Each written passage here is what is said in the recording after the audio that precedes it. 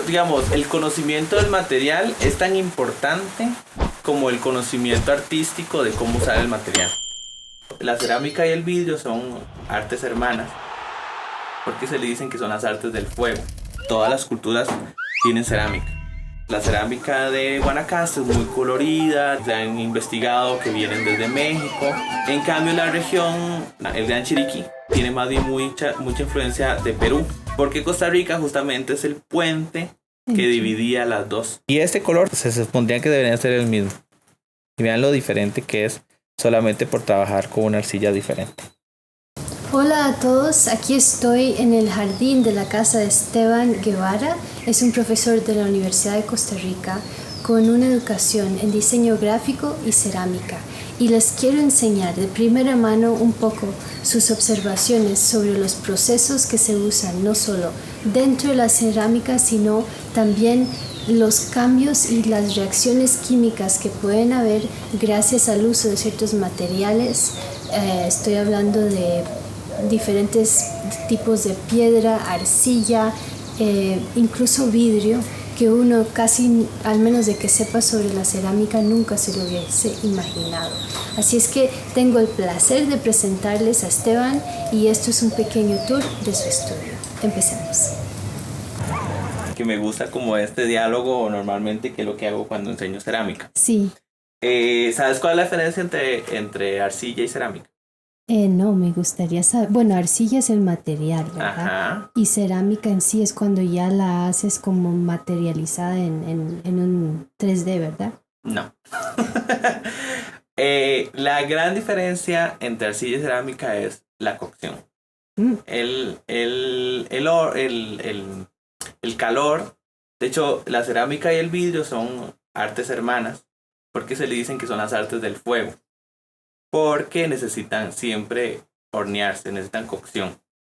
Entonces, esa es la gran diferencia. La arcilla es el material antes de ser cocinado y la cerámica es el material después de ser cocinado. Y lo que pasa dentro de ese cambio no es un cambio físico, es un cambio químico. Se convierte en un material completamente nuevo, con ciertas propiedades que hay que tener en cuenta cuando uno trabaja en cerámica. Por eso, digamos, la gran diferencia, hay una carrera específica de cerámica, porque no es solamente utilizar el material como lo utilizarían en escultura, porque en escultura no necesitan hornear.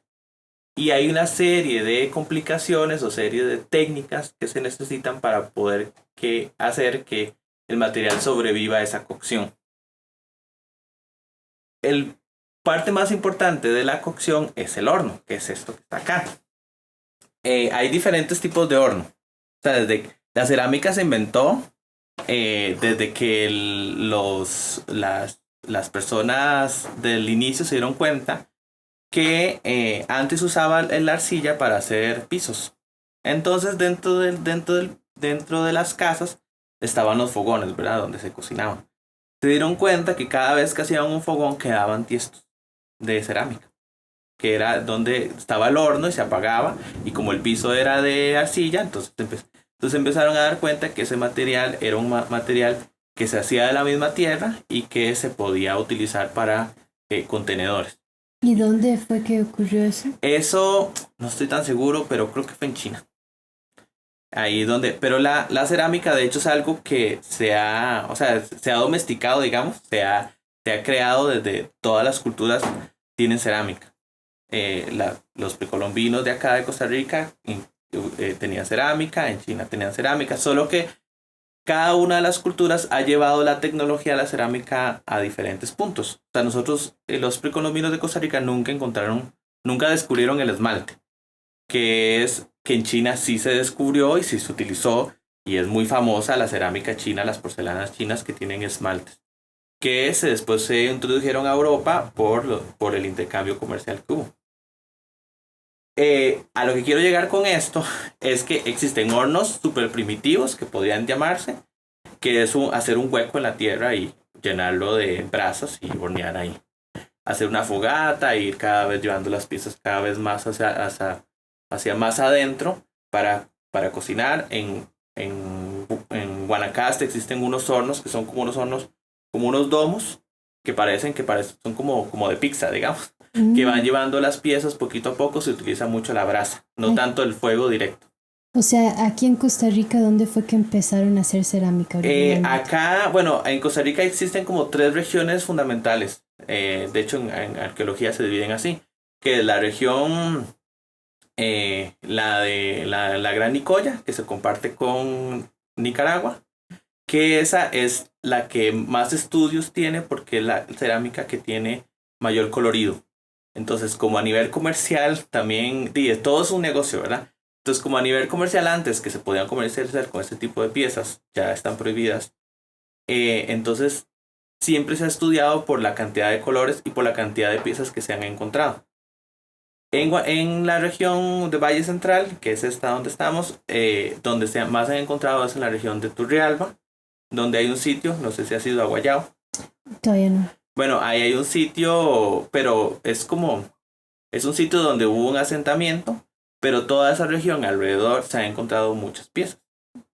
Y después está la región, la del sur, que se llama, bueno, en este momento se me olvidó, ya te digo, que esa es la que menos estudios tiene, porque la tierra ha sido muy fangosa. Entonces ha ido desechando las piedras y las piedras se van pudriendo. Entonces ha encontrado, pero ahí donde están las piedras precolombinas famosas de Costa Rica. Las esferas. Las esferas, que son de esa región. Okay. Se han encontrado más trabajos en otros materiales y no tanto en cerámica. Pero en todo caso es parte como de la misma historia, solo que son diferentes materiales.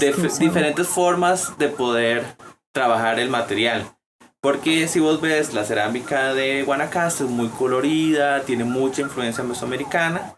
Entonces vos ves piezas que tienen serpiente emplumada, tienen colores que se han investigado que vienen desde México. En cambio la región el Gran Chiriquí, que es la de atrás, tiene más bien mucha influencia de Perú. Porque Costa Rica justamente es el puente que dividía las dos. Entonces la región central tiene como influencia de las dos, como que a veces hacían muchas cosas escultóricas, a veces con color, a veces sin color, pero como en Perú se trabajaban otros materiales como el oro, la piedra, no hay tanta, en la Gran Chiriquí no hay tanta cerámica como en la región de la Gran Nicoya, donde sí había mucha cerámica. Qué interesante, ¿verdad? La influencia. Ajá, y sí se han documentado que había comercio, porque han encontrado cerámica de la Gran Nicoya en Gran Chiriquí y al revés. ¿Y cómo fue que te interesaste en la cerámica? O mejor, guardamos eso para la entrevista. Para la entrevista, sí, ok. Mejor me hablas un poco del proceso. Esto es el horno. Volviendo al tema de los hornos, entonces están esos hornos más primitivos. Después existen unos hornos. Aquí en Costa Rica o sea, como nunca ha habido como un desarrollo comercial fuerte de la cerámica, principalmente porque nunca hubo carrera hasta 1973, 1974 y a partir de eso se empezó a desarrollar la cerámica, pero nunca ha tenido como esta gran influencia. Entonces nunca ha habido como empresas que se quieran, que han querido como venir acá a vender los productos, a vender hornos. Entonces siempre todo ha venido como en Costa Rica se dice hechizo, que es como que la gente se dio cuenta. Entonces mira, si ponemos unos ladrillos y le ponemos un interruptor y ahí van trabajando. Entonces así es como se empezaron a trabajar los primeros hornos, como hechizos, que es como alguien que inventó hacer un horno y así. Después se dieron cuenta que existe este otro horno, que es que está lleno de piezas en este momento, que es un horno que trabaja con un sistema de conos. Esta palanquita que está acá es un sistema de autoapagado. Entonces esto trabaja con una serie de conos que son estos de acá. Ya te voy a enseñar. Un chancecito por acá.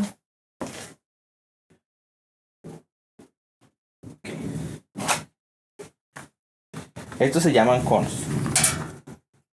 Ves que tienen forma de cono. ¿Y para qué sirven? Ese cono está hecho de un material termosensible.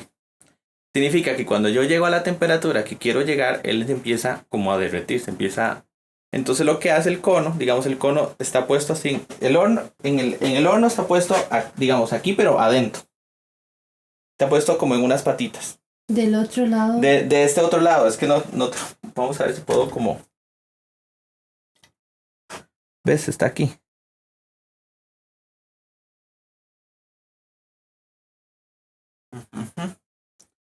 Ese cono lo que hace es que cuando llega a la temperatura, el cono se empieza a doblar, empieza como a derretir. Y lo que hace es que se dobla. Cuando el cono se dobla, esta palanquita que está aquí, digamos, pero del otro lado, siempre está empujando hacia abajo. Entonces, lo que hace es doblarlo y esto cae y apaga el horno. Es como un sistema de autoapagado con el horno. Esa era como la segunda tecnología que hubo. Después se empezaron a importar. Estos son importados, no se hacen aquí en Costa Rica. Esta es un horno que es programable. Yo lo programo por la temperatura a la que quiero llegar. Una de las grandes desventajas que yo tenía sobre este horno es que no podía usar todas las temperaturas porque tenía que comprar una cajita de conos por cada temperatura diferente a la que yo quería llegar. Esta, yo ya solo lo programo, digo, esto es lo que yo quiero hacer. Entonces, digamos, si yo quiero usar esto, entonces le doy aquí, es donde dice Confire.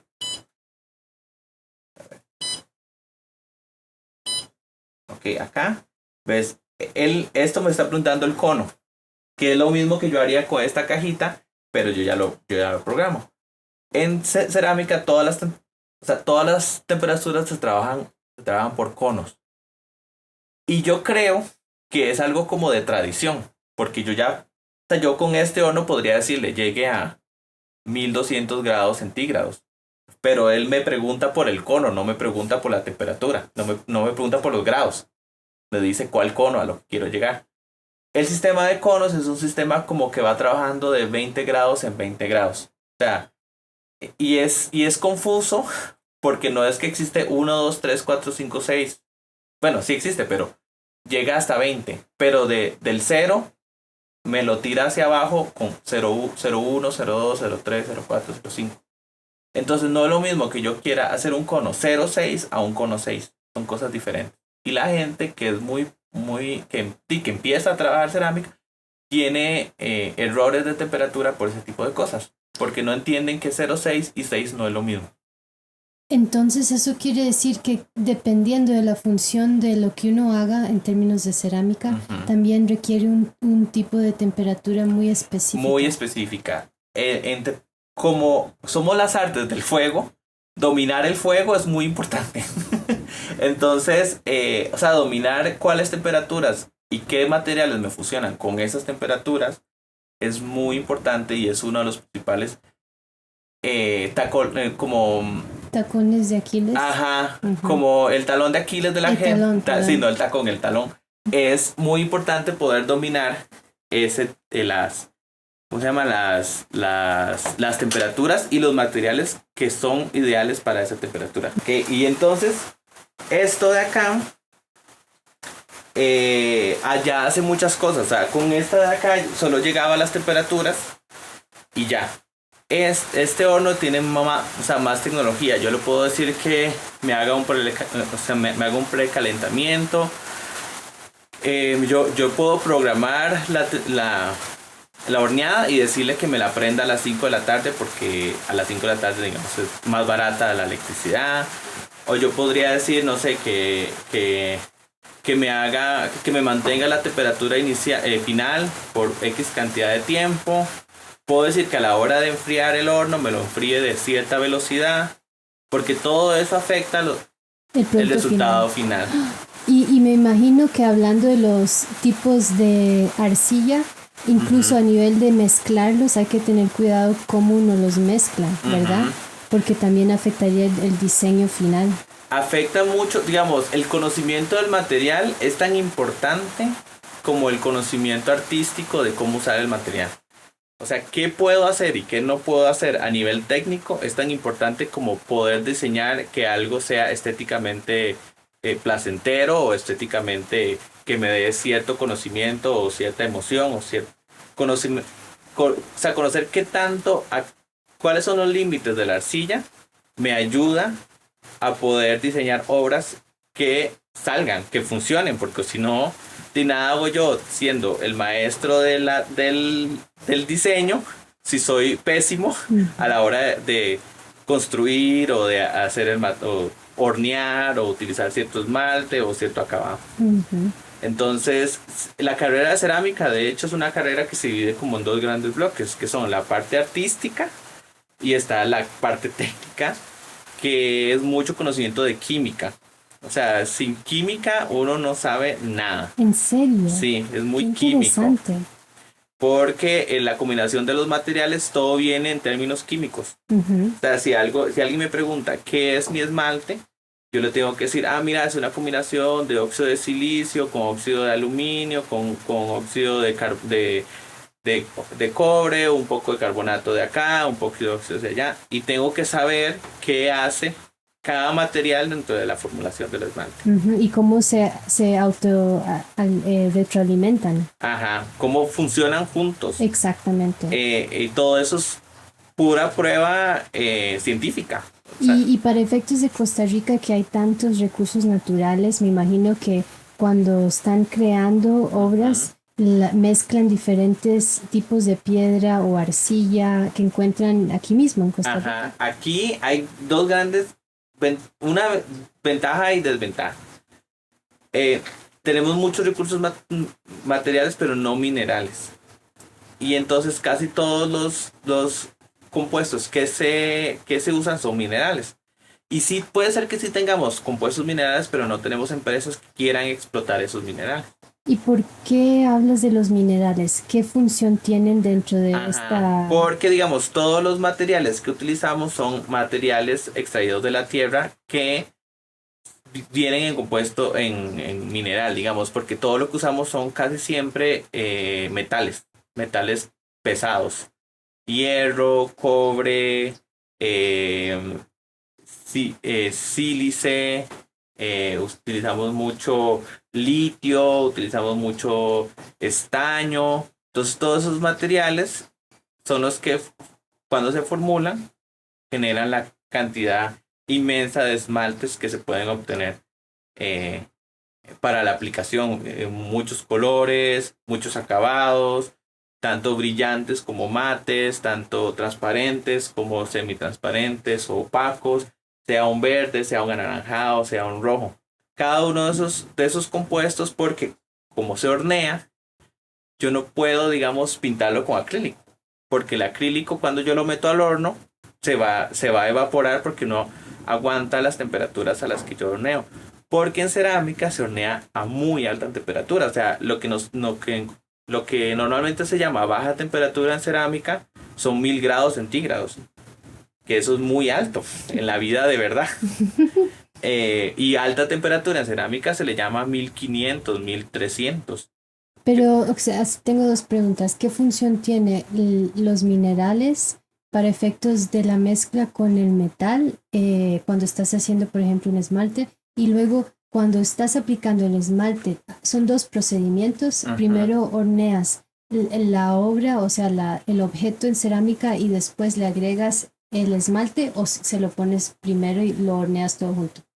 Bueno, es que, bueno, en arte no hay como reglas absolutas, pero digamos, generalmente, o sea, como algo que se hace con bastante regularidad es primero construir. Se construye la pieza. Para eso la arcilla tiene que estar en un lado, como blanda, digamos, para que yo pueda ir construyendo, ir quitando, poniendo. Después que la arcilla digamos, este es el objeto que quiero hacer y ya quedó, yo lo dejo secar. Y ese secado, por lo menos, primero tiene que ser muy controlado. Yo no lo puedo solo dejar al aire porque la arcilla tiende a rajar. Entonces tengo que irlo controlando. Por eso es que siempre se trabajan con muchas bolsas. Si vos ves, los ceramistas están llenos de bolsas. Porque van Cada una de las piezas se van dejando como en una bolsa, después puede ser que le abra unos, como unos huequitos, puede ser que un día muy caliente no la voy a dejar, o sea, no la voy a exponer. Siempre la mantengo a la par de una ventana. Digamos, si vos ves por acá, no sé si tenés, ves, todas estas piezas están en construcción. Por eso todo está en bolsa. Pero entonces, cuando ya se horneó una pieza, Ajá. de lo que estoy entendiendo, eso requiere que después lentamente se vaya enfriando el material. Sí, O sí, no no. necesariamente. No. Primero de que yo la construí, te tengo que dejarla secar. Dejar al aire libre y irla secando de poquito. Cuando la pieza está completamente seca, yo la puedo meter al horno. Yo no la puedo meter cuando la pieza no está seca. Ah, muy buen punto. Ajá. Yo pensé que era cuando estaba No. apenas hecha. Ajá, no. Yo la construyo y la dejo secar. Y el secado se va notando mucho, primero porque las piezas van perdiendo como cierto frío. Las piezas húmedas, aun cuando yo las vea que están secas, si yo me las pongo en la cara y están frías, todavía les falta perder un poquito de humedad. Y también se ve por color. La arcilla seca tiene un color mucho más opaco o mucho más pastel, digamos, que la arcilla en su estado más húmedo. Ujú. De hecho, digamos, si puedes ver, te voy a enseñar.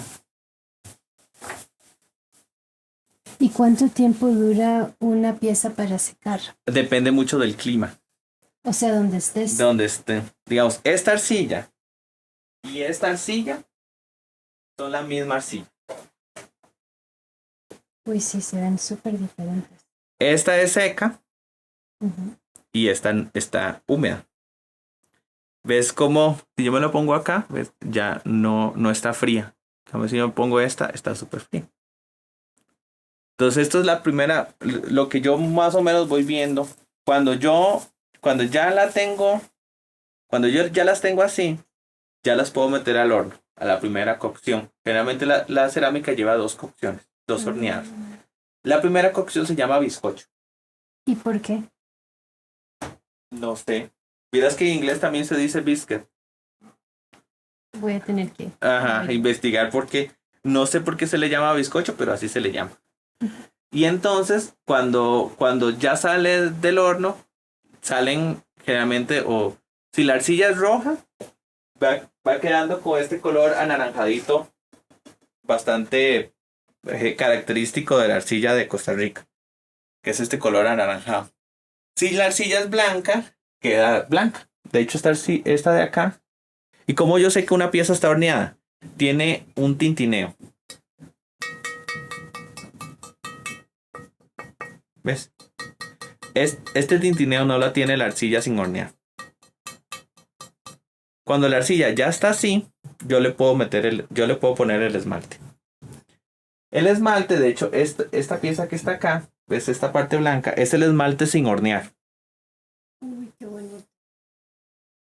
Ujú. Y el esmalte horneado queda así.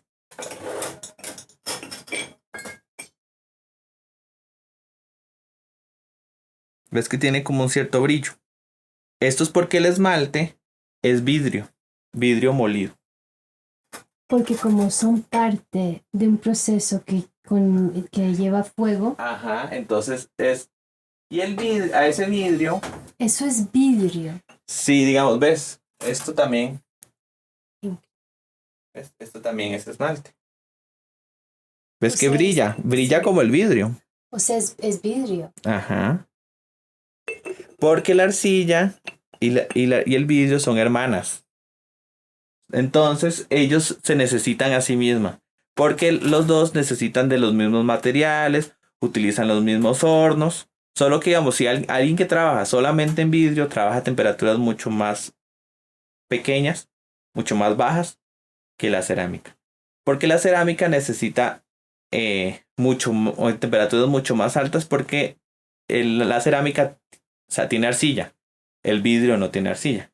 Y si fuera el caso que alguien quisiera, porque ya que me estás diciendo que el vidrio lleva una temperatura más baja, quiere decir que en la segunda cocción los niveles de temperatura son más bajos, ¿verdad? No, al revés. Estamos hablando después de haber hecho los dos No, procedimientos. la segunda cocción, que es la cocción del esmalte, que se le dice en cerámica. La primera cocción es el bizcocho. Después la segunda cocción es el del acabado. Generalmente es el esmalte y generalmente es a más temperatura que la primera. ¿Y por qué aguanta más temperatura a pesar de que estás trabajando en vidrio? Porque se le echan otros materiales que necesitan la cerámica para poder trabajar, para que se pueda funcionar. ¿Estás diciendo que se le agrega algo a la cerámica en la segunda A cocción? la segunda, digamos, los materiales, vamos a ver pues, si vos ves una receta de esmalte, como esta de acá, ves que tiene una serie de materiales. De este material, el primero, el que es de sílica, es el vidrio. El vidrio está compuesto generalmente de sílice. Cualquier vidrio, sea el vidrio de ventana, sea un esmalte, sea el vidrio de artístico. Pero los otros materiales que se le echan son materiales que ayudan o a dos cosas, o a fundir ese vidrio, o a darle color, o a darle una cierta textura. Y toda esa combinación de todos los materiales es la que forma el esmalte. Y el esmalte, a pesar de que su componente principal es el vidrio, necesita mayor temperatura porque los otros materiales hacen que toda esa combinación dé en que la temperatura ideal en que se cocina. De hecho, el vidrio en su estado puro es de muy alta temperatura. Aguanta como 1800 grados, una cosa descomunal. Pero son la combinación de los otros materiales lo que hacen que el vidrio baje el punto de fusión. Entonces, la pregunta era, ¿siempre trabajan con vidrio cuando hacen esmalte? Sí, en estado de sílice. No. Solo cuando es con sílice. Ajá, es porque el vidrio en su estado, como en su elemento natural, digamos, en su componente químico, el vidrio es sílice. Y luego si usan un esmalte que no sea a base de sílice. Todos tienen sílice. No hay un esmalte que no sea sílice. Y si requiere una temperatura muy alta, ¿lo aguanta la cerámica? Ajá. Siempre lo va a aguantar. Siempre lo va a aguantar, pero lo que necesitamos es una compatibilidad entre arcilla y esmalte. Hay esmaltes de baja temperatura que necesitan una arcilla que aguante baja temperatura. Y hay esmaltes de alta temperatura que necesitan que se aguante una arcilla de alta temperatura. O sea, siempre necesito esa compatibilidad arcilla-esmalte. Que es lo que me va a dar, porque si yo tengo una arcilla de baja temperatura y la metí a alta, la pieza lo que va a hacer es como que se va a empezar a derretir, porque no me está aguantando la temperatura. O sea, lo estoy sobrecocinando. ¿Y qué pasa al revés? Tengo una arcilla de alta temperatura que lo metí en baja. Lo que pasa es que la cerámica tiene un punto de maduración. El punto óptimo donde la arcilla tiene la mayor dureza. ¿Y por qué es importante que una arcilla sea dura? Porque, bueno, si es objeto utilitario, si yo tengo una arcilla súper débil, cuando yo estoy lavando los platos, se me puede romper. Solamente con ese roce. O no tiende a quebrarse en 400,000 pedazos. Tiende solo como a quebrarse en una partecita. Ok, cuando uno formula un esmalte o un engobe, que es otra gran rama de la cerámica, como ya había dicho, se trabaja con materiales de la tierra, generalmente con metales, en estado de oxidación. ¿Por qué? Porque esos materiales son los que no se diluyen en el agua. Y es muy importante que los materiales cerámicos no estén diluidos, porque si no se ponen malos. Y genera una serie de complicaciones que, pues, como toda una cátedra podría dar de eso. Entonces, los colores se trabajan por ciertos óxidos. Entonces, digamos, si yo quiero trabajar verdes, puedo trabajar óxido de cobre, óxido de cromo, óxido carbonato de cobre, carbonato de litio, carbonato de níquel, que me da ciertos colores. Puedo trabajar con óxido de hierro que me da ciertos amarillos, ciertos rojos, ciertos cafés. Óxido de manganeso que me da café, me da negro. Y todo eso depende mucho de dos cosas: de la base cerámica que tenía, o sea, del esmalte, la formulación del esmalte, de la base del esmalte, y de la temperatura a la que estoy horneando. O sea, la base tiene que ser compatible con el color. Con el color, la reacción de los químicos que formaban mi base afectan el resultado del color. Uh-huh. Entonces, un óxido de hierro puede ser que con un carbonato de litio me dé amarillo, pero si yo lo formulé con feldespato sódico me dio café. Porque la combinación del sodio y el potasio y el que tiene el feldespato sobre el carbonato de litio no es lo mismo. Me generan ciertas cosas, me dan ciertos acabados. Unos me tienden a brillar más, unos me tienden a ser más opacos, unos tienden a ser transparentes, otros me tienden a fundir más. Todo ese tipo de cosas son como cosas súper importantes.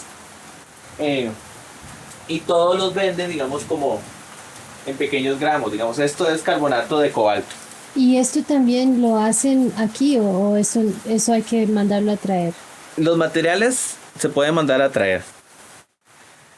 Uno, ya cuando uno va trabajando como ceramista, uno ya empieza como a tomar decisiones. Quiero meterme a formular yo mis propios esmaltes. Es algo que me interesa como artista. Eso me genera valor a mi obra o no. O voy y los compro hechos. Digamos, estos que están aquí yo los compro hechos. Así, ya vienen así. Yo estoy formulando mis propios esmaltes también. Pero hay ciertos colores mucho más difíciles de obtener que otros. Entonces a veces yo digo, ¿para qué quiero yo darme una guerra intentando obtener un rojo cuando lo puedo comprar? ¿Eso le da valor a mi obra que yo haga mi propio esmalte o no le da valor a mi obra? Por cierto, yo sé más sobre textiles porque soy de la rama de diseño de moda.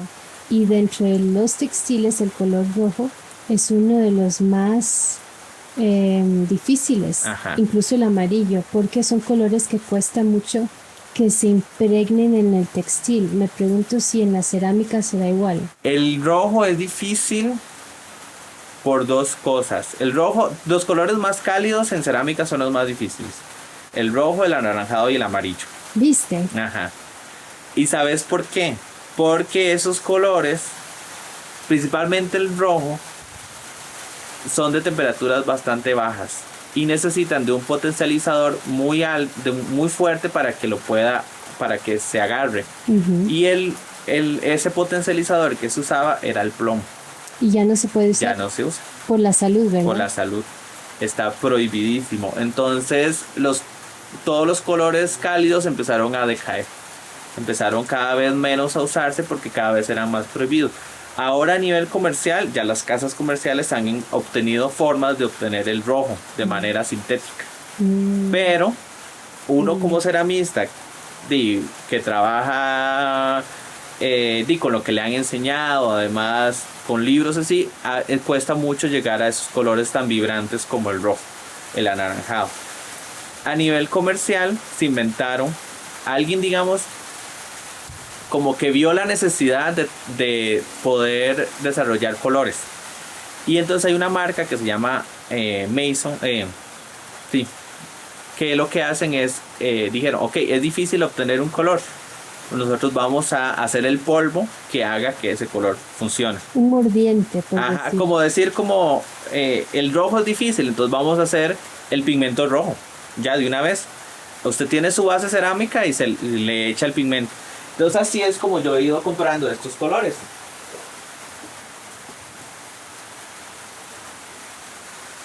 Ves que estos colores en cerámica son súper difíciles de obtener.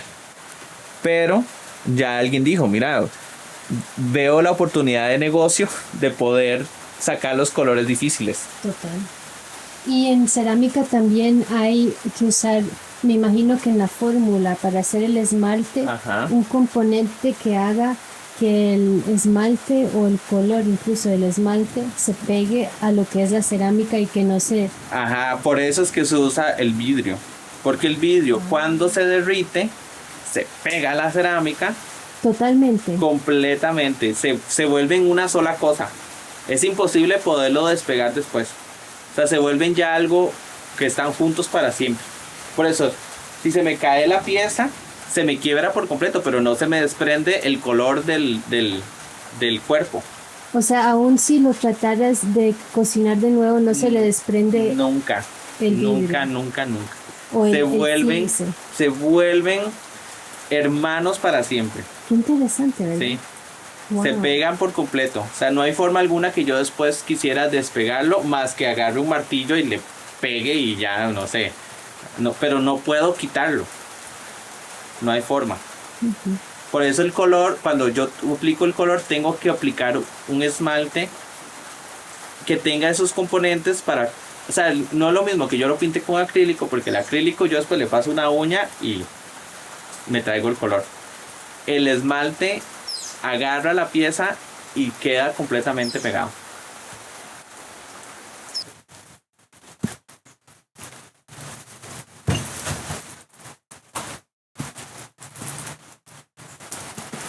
Ese es el esmalte.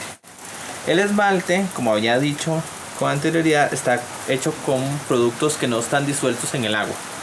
El agua es como el medio en el que yo lo aplico, pero no están disueltos en... ¿En qué están disueltos? No están disueltos en nada. O sea, están como ahí. Están flotando. Para efectos de nosotros. Exacto. Parecen, pero no lo están. Exacto. Él parece que está ahí en el agua, pero si ves que si yo lo agarro, ¿ves? Es como el mismo... Es el polvo que está como en el agua. Por eso, cuando yo aplico una pieza de cerámica, siempre es importante mover. Porque el polvo se asienta. Porque como no está disuelto en el agua, y él está ahí. Después de un tiempo que yo no lo uso, el polvo se va asentando. Entonces este esmalte, como es comercial, yo no conozco cuál es su composición química. Yo solo lo compré, y además las casas comerciales nunca van a decir cuál es su receta, porque además duraron años en poder llegar a este color, ¿verdad? Entonces, cuando yo lo aplico, lo más importante cuando uno busca piezas o sea, cuando uno compra un esmalte, es primero garantizarse que es compatible con la temperatura a la que yo horneo. Entonces, eso, bueno, ya lo habíamos visto, ¿verdad? Que se trabaja por una tabla de conos y cómo funciona eso. Después, muy importante, que sea compatible con el tipo de arcilla en la que yo estoy usando, porque los colores no quedan igual si yo utilizo una arcilla, así yo utilizo otra arcilla. Y de hecho ahora lo vamos a ver con una pieza que se ve completamente diferente. Este polvo es un polvo generalmente que queda mate, y de hecho se los voy a enseñar en una pieza. Si yo agarro esta y ya la quiero esmaltar de este color, entonces yo lo que hago generalmente es hacer eso.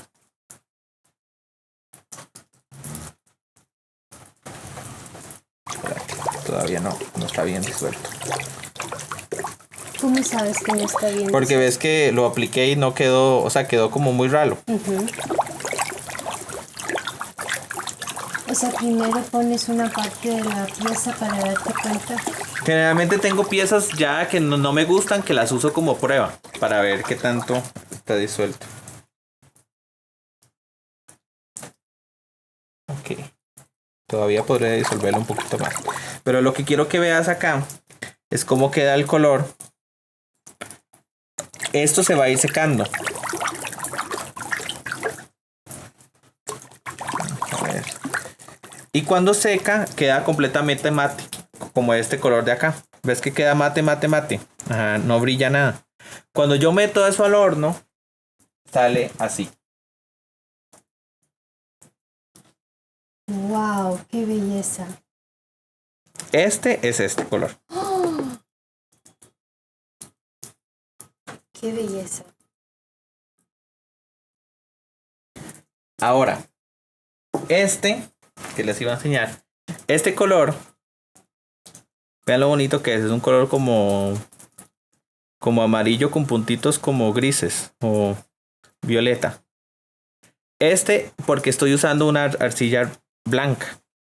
Pero cuando yo uso este mismo color en arcilla roja, les voy a enseñar cómo queda.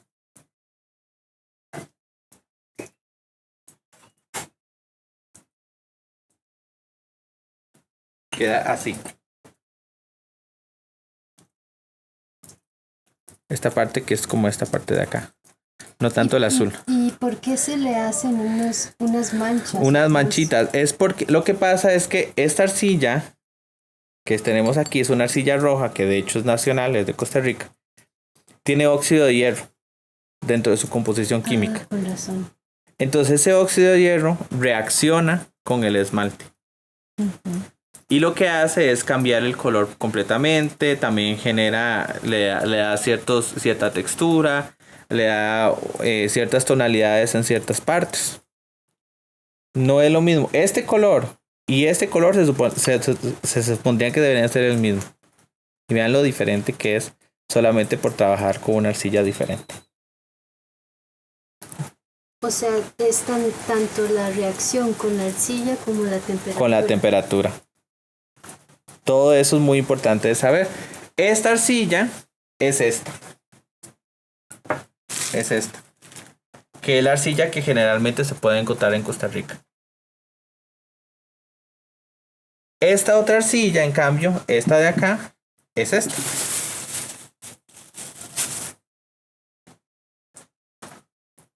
Que es mucho más clarita. Esta es blanca. Y ambas son muy maleables. Ajá, ve.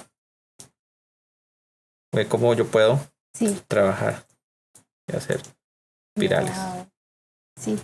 Eso relaja, ¿verdad? Ajá, sí. Hacer objetos en cerámica. También existen arcillas negras, como esta de acá. ¿Y también viene de Costa Rica? No, generalmente estas arcillas. Esta arcilla es que es como... Parece que es un color rojo oscuro. Pero esta es esta. Pero en realidad, wow.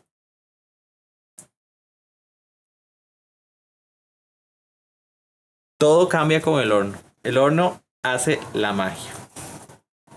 Porque cuando uno hace una inversión, primero para trabajar en cerámica, alguien que quisiera trabajar en cerámica, lo primero que tiene que comprarse es un horno. No es un torno, no es, bueno, sí, una mesa para trabajar, pero lo principal es tener un horno, porque es el que me va a hacer todas las transformaciones químicas. ¿Y qué tipo de horno recomendarías? ¿Uno básico o...? Yo primero lo que hay que, cuando uno invierte como en un equipo, lo primero que tiene que saber es cuánta producción está uno trabajando. Porque no hace uno teniendo un horno demasiado grande si tu producción es muy pequeña. Porque la inversión en electricidad que hay que hacer cada vez que uno pone el horno es muy grande. Esa era otra pregunta. ¿Tienes que adaptar la electricidad de la casa al horno? Sí, digamos, el horno usa... ¿Cuántos voltios? 220. 220 es como el normal. Que es como el horno, como la electricidad como que usaría para una cocina. Pero el cableado es un cableado mucho más ancho. O sea, es de mayor flujo eléctrico. Después hay que tener en consideración, digamos, a dónde está puesto el horno en comparación a la caja de breque. Si está muy largo, hay más pérdida de electricidad, por ende significa que puede ser que el horno no te llegue a las temperaturas a las que uno debería estar horneando. Y o sea, todo eso hay que tomarlo en cuenta cuando uno hace incluso el estudio. El estudio. Primero, hacer un estudio. Yo siempre recomiendo, principalmente en cerámica, que se utiliza tanto el horno, que primero uno llame a un ingeniero eléctrico y le diga, y él te haga los planos eléctricos de lo que deberías tener. Ya después se lo contratas a alguien para que te lo haga, pero tener un estudio eléctrico de qué es lo que necesitas. En Costa Rica hay muy pocos que se encargan, digamos, de equipos como estos. Entonces tener a la mano, ir preguntándole a la gente, mira, quién te revisa el equipo, quién te hace reparaciones, quién te hizo la instalación eléctrica, porque mucha gente cree que sabe porque ha hecho instalaciones de empresas, no sé, hicieron la instalación de una fábrica. Pero puede ser que la fábrica no necesite equipo que llegue a tan alta temperatura. Entonces, hay gente que dice, mira, es que yo le hice la instalación a un panadero, pero es que el panadero no hornea a 1000 grados. hornea a 400 grados, no es lo mismo. Y entonces el cableado que se necesita es diferente. Es muy importante tener medidas de seguridad, que la caja de breaker esté bastante cerca de donde está el horno. Yo tengo de hecho 2 cajas de breaker, una dentro de la casa, digamos, y esta. Por si una falla, tengo el respaldo. Hay gente que utiliza como reguladores de electricidad, porque a veces hay picos de electricidad que queman los hornos. Los hornos son muy sensibles a los picos eléctricos. Aquí en Cartago no hay relámpagos, ¿verdad? Sí. ¿Y cómo y haces muchos. con eso? Pero lo que hago es que si relampagueo no pongo el horno. O sea, evitas ponerlo. Ajá, por si relampaguea. Porque obviamente quieres que sobreviva. Exacto, no quiero que el horno se queme. Y hay equipos que hacen esas regulaciones, que apagan los hornos si ven que hay un pico muy alto eléctrico.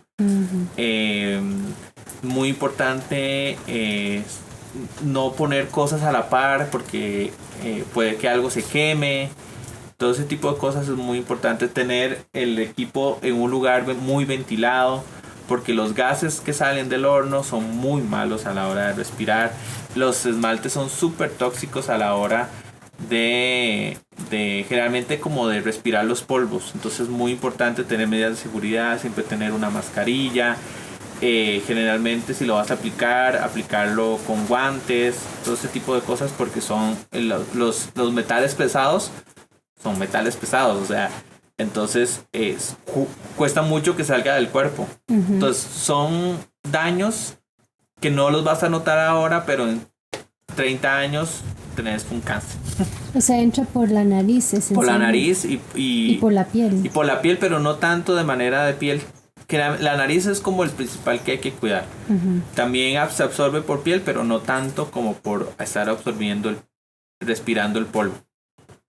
Entonces, cada vez que uno formula un esmalte, tenés que tener un montón de medidas de seguridad para no estar respirando el polvo, porque son súper malos. Esta me recuerda las cerámicas japonesas.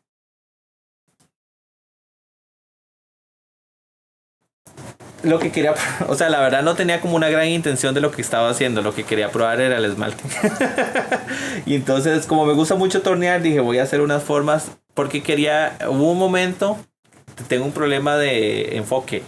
No sé si es un problema que le pasa a todos los artistas, pero como que me gusta algo y después a los 10 días ya no me gusta y me gusta otra cosa y quiero empezar. Hubo un momento donde quería vender miel. Entonces empecé como a hacer tarritos de miel y después solo los dejé. De hecho, esto me recuerda un poco a los tarritos de miel. No sé por qué. Sí, porque de hecho están inspirados en... verdad que sí. Ajá, sí. Tenía varios y empecé como a trabajar con el tarrito de miel y después como a los 10 días dije, ay, pero ¿por qué quiero vender miel? Y ya, y lo dejé así. Estuvimos hablando un poco sobre la barbotina, ¿verdad? La barbotina es como la misma arcilla que se usa, pero como el pegamento. Muy importante que la barbotina sea de la misma arcilla con la que uno está trabajando. Entonces yo tengo, generalmente aquí trabajo con arcilla esta de Costa Rica, que la compro en Santana, o esta arcilla que yo la importo, que es una arcilla blanca. Dentro de cada una de son categorías súper amplias, digamos, pero entre la misma arcilla blanca solo es el color, porque hay blanca de baja temperatura, blanca de alta temperatura, blanca que tiene puntitos, blancas que bla, bla, bla. Igual de la arcilla roja. Hay muchos tipos de arcilla roja. Entonces, lo más importante, cuando yo voy a hacer una pega, que yo voy a trabajar, es, bueno, una de las cosas con las que estuvimos trabajando es, bueno, me habías dicho, digamos, el tema de la plasticidad. Generalmente la arcilla blanca es mucho más plástica que la arcilla roja. A veces. Aquí no hay absolutos porque dependen mucho de la arcilla. Pero ves que si yo doblo esta, bueno, esta está bastante bien. Pues que se le hacen como estas rajaditas. Están acá. Eso significa que ahí llega un punto de tensión donde la arcilla ya no está aguantando.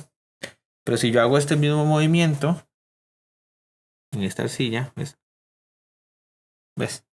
Mucho más plástica. En comparación. En comparación a esta. Pero las dos están muy bien. Con arcillas muy plásticas. Porque hay arcillas que no aguantan ni siquiera que yo le haga una pequeña curva y ya se rajó. Pero el hecho que esta tenga, ¿cómo se llama esto? Como rajaditas. Que rajaditas. ¿Eso qué significa? ¿Que sí funciona? Sí funciona. Pero sí, ¿cómo pero se sabe que es sí menos funciona? plástica que esta, nada más. Y eso es para efectos de poderla moldear. Moldear, exacto. Que sí está muy bien, o sea, la arcilla está muy bien. Solo que esta es más plástica que esta, aún más. Esta generalmente tiene más estructura que esta, entonces esta me ayuda a levantar cosas mucho más altas que esta. Esta lo que me pasa es que como es tan plástica, tiene un momento donde como que me le falta estructura, le cede al peso. Sí. Lo que habíamos hablado, que esta es la barbotina, tengo un tarro por cada uno y ves que es una arcilla mucho más líquida. Y eso es agua que se mezcla. Agua con la misma arcilla. Entonces, ¿qué es lo que hago? Generalmente cuando yo voy a pegar, digamos que yo quiero pegar esto a esto. Entonces, lo que haría una persona principiante sería solo hacer esto. Pero esto no está bien. Porque ves, así como lo pegué, ves, se cae, sí, no. Ni siquiera. Ni siquiera aguanta. Sí. O a veces lo pego duro y sí aguanta, pero después de una vez puedo hacer esto y ya. O sea, no se pega. No se pega. Entonces lo que tengo que hacer para que algo se pegue por completo es hacerle como unas rayitas. Pero también segundo, unas rayitas. Ajá, como hacerle como... Que aquí es donde va a entrar la barbotina. Y al otro lado también. Pero eso se hace como por dentro, porque si ya hiciste la parte externa. Ah, sí, esto es para si yo... Digamos que si yo pego esto con esto, entonces sería justamente a donde va y la pega por dentro. Y se hace en toda la parte de adentro. Ajá, justamente donde voy a pegar. Entonces pongo la barbotina y ya aquí ya puedo pegar.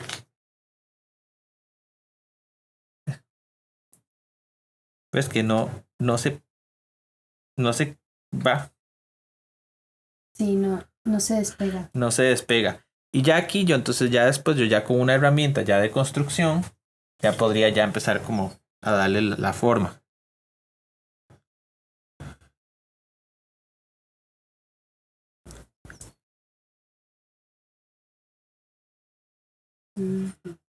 Y ya aquí ya disimulo la pega.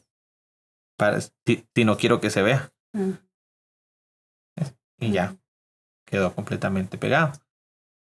Puedes hacer una pequeña demostración cuando la unes. Por esa parte. Entonces, digamos acá. Digamos que yo quiero pegarle este pedacito. Me voy a cargar un pedacito más grande. Entonces, aquí le hago rayas. Digamos que yo quiero pegar esto a esto. Entonces, pago acá. Rayitas. Pongo barbotina. Y pego. Y estripo bien. Y aquí ya puedo como...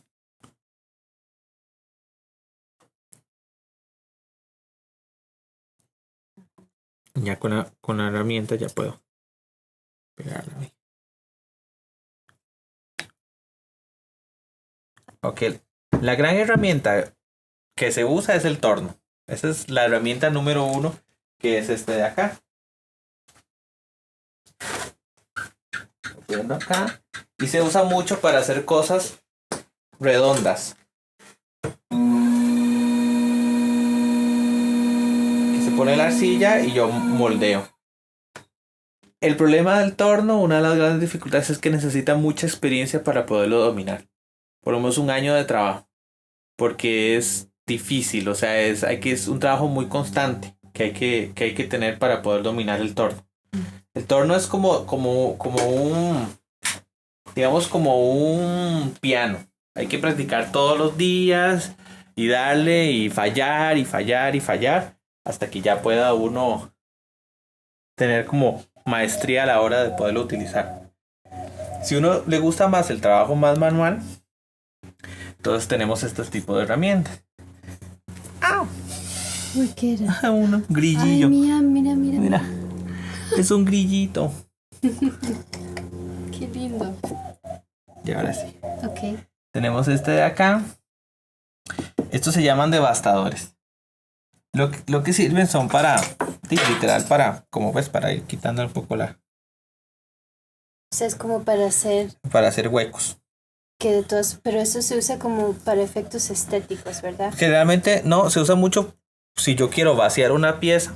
Ujú. Recordemos que la arcilla, la habíamos dicho que tienen que ser huecas. Entonces, si yo quiero hornear esto, es mucho más fácil que yo le haga un hueco. ¿Y se usa esa o se usan todas para hacer eso? Se usan todas, depende mucho del tamaño. Podría usar esta pero esta quita más todavía, ¿ves? ¿Y cuáles son los usos de cada una si estamos hablando de las diferencias que tienen? Esto generalmente tiene mucho que ver con la forma y con el tamaño. Ves que hay unos que tienen redondo y algunos tienen cuadrado. Por ejemplo, ¿me podrías dar unos ejemplos de un uso que puede tener como en una obra o una pieza que estás haciendo? Ajá, bueno, este se usa mucho, bueno, como ya habíamos dicho, para quitar. Uh-huh. Entonces, también puede funcionar para hacer algún tipo de textura. Como que yo quiero. Si yo quisiera quitar más, entonces puedo usar este más grande. O también lo mismo, puedo dar una textura, ves como.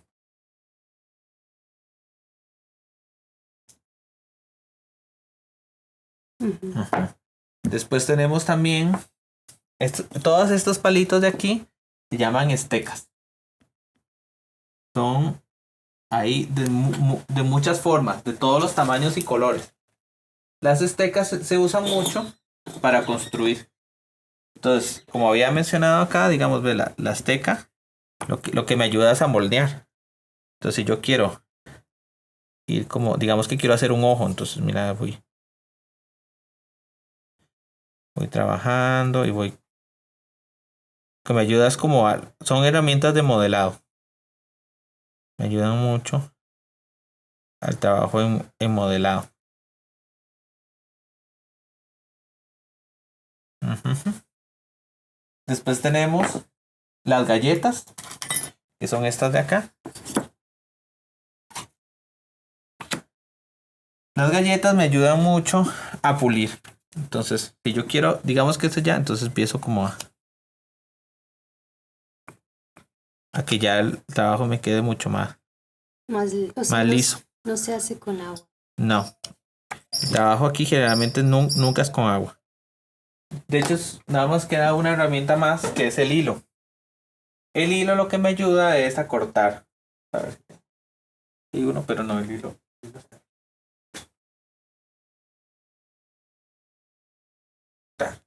Entonces yo ocupo cortar algo.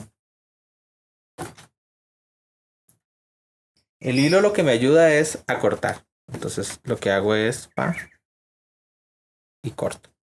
Wow. Yo quiero.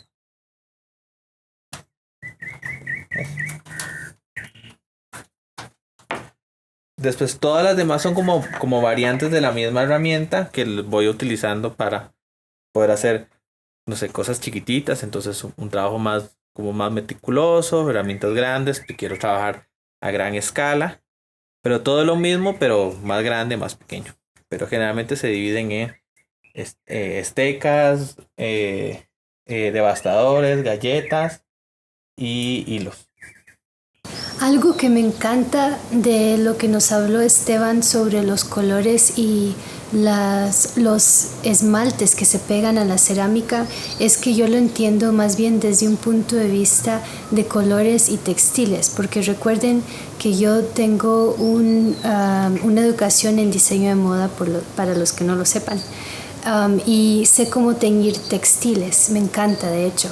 Entonces hace un rato él estaba explicando que cuando unes distintos tipos de esmaltes tienes que poner mucha atención a los colores, a los pigmentos y también a las combinaciones entre las arcillas y otros componentes, incluyendo el vidrio, para efectos de cómo se añade a la cerámica. Y eso es muy parecido al textil, porque en el textil, con los textiles, cuando estás teñiendo, tienes que usar algo que se llama un mordiente, que literalmente quiere decir en latín morder el textil, porque la fibra naturalmente no tiene la tendencia a querer recibir o aceptar el color o el pigmento que le quieres añadir a la tela. Entonces, en ese sentido, incluso a nivel de hacer o teñir una tela, es un proceso casi como cocinar, solo que lo que estás cocinando es una tela, es un textil, y es súper divertido. Entonces fue muy interesante para mí poder ver cómo se parecen un poco las disciplinas en ese aspecto, que es fuego desde el punto de vista de la cerámica, y en el caso de los textiles estás cocinando a fuego lento, pero siempre en un horno portátil, y también los colores, distintas formas de hacerlo, y también obviamente no son los mismos materiales, pero se parecen. Entonces eso me gustó mucho. Fue interesante venir aquí y hablar con Esteban, aprendí muchísimo, ojalá que ustedes también, y espero que lo hayan disfrutado. Saludos y hasta la próxima. ¡Chao!